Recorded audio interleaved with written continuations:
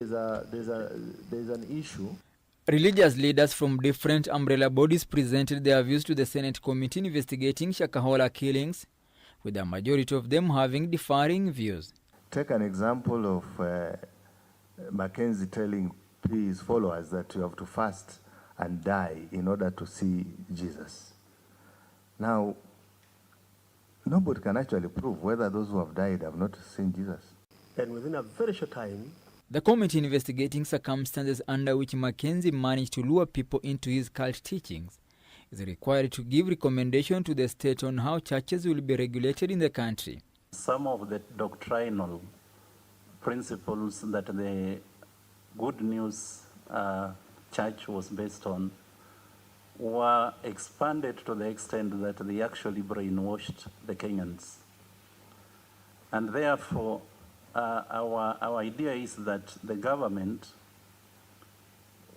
also in collaboration with the umbrella bodies, should be able to gauge this element of instrumentalization of religion.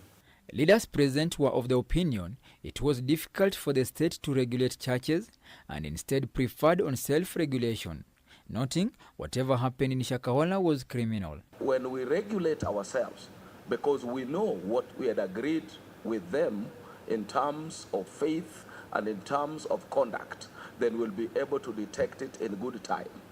The challenge we are facing with the Shakahola situation, and Mackenzie in particularly, is that we don't know if he ever went into any umbrella body. They say information on how Mackenzie was misleading his followers into his barbaric teachings was shared with the authorities, but little was done to prevent the damage. we want compliance with the existing law.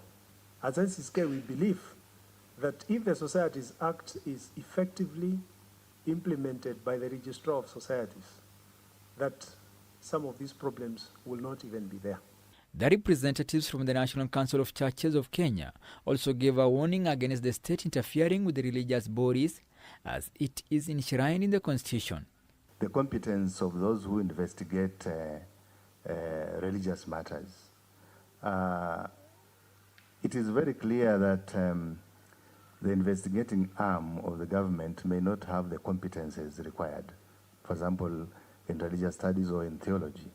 One of the recommendations was for those who wish to be church leaders should at least have a degree in theology.